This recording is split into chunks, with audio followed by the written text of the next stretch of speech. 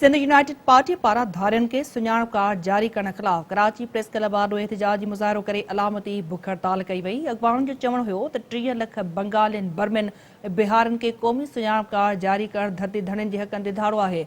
NADRA chairman खिलाफ कार्रवाई कई वञे। तफ़सील लाइ ॾिसूं था अब्दुल ख़ालिक मंगी जी रिपोर्ट। सिंध यूनाइटेड पार्टी पारां धारनि खे सुञाणप कार्ड जारी करण खिलाफ कराची में पार्टी सरबराह सैयद जलाल महमूद शाह ऐं ॿियनि जी अॻुवाणी में मुज़ाहिरो करे बुख हड़ताली कैंप लगाई वई।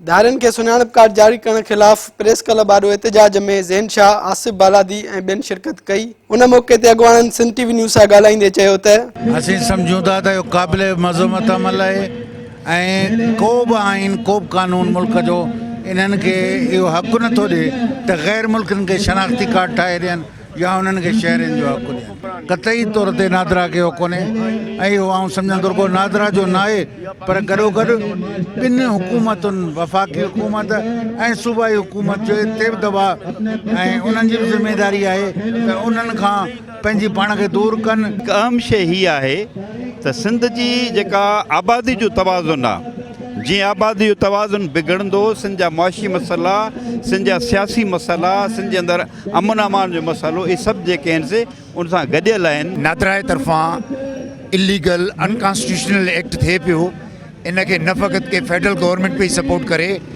बल्कि इनखे असांजी सिंध गवर्नमेंट बि सपोर्ट पई करे।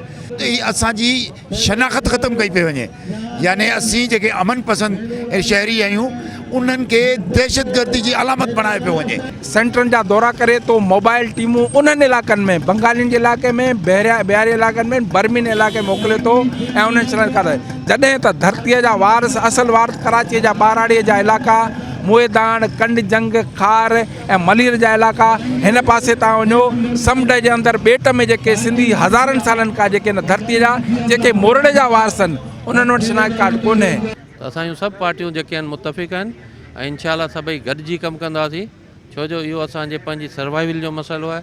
जेकॾहिं असां हींअर बि चुप रहियासीं त पोइ असां बिल्कुलु अक़लियत में थिया, सुभाणे ईअं न थिए त असां रेड इंडियन वांगुरु हिते वेठा हुजूं। सैयद जलाल महमूद शाह ऐं ॿियनि मुतालबो कयो त सिंध खे नुक़सानु ॾींदड़ गैरकानूनी कम खे फ़ौरन बंदि करे सिंध वासियुनि मां बेचैनी ख़तमु कई वञे। कराची में सिंध यूनाइटेड पार्टी पारां नादरा चेयरमैन ख़िलाफ़ एहतजाजी मुज़ाहिरो कयो वियो। हिन जो चवणु आहे त जेकॾहिं धारनि जा कार्ड ठाहिया वेंदा त पूरे सिंध में जेको आहे तहरीक हलाई वेंदी ऐं जल्द APC पिणु कोठाई वेंदी। कैमरामैन कलीम सां गॾु अब्दुल ख़ालिक मंगी, सिंध टीवी न्यूज़ कराची।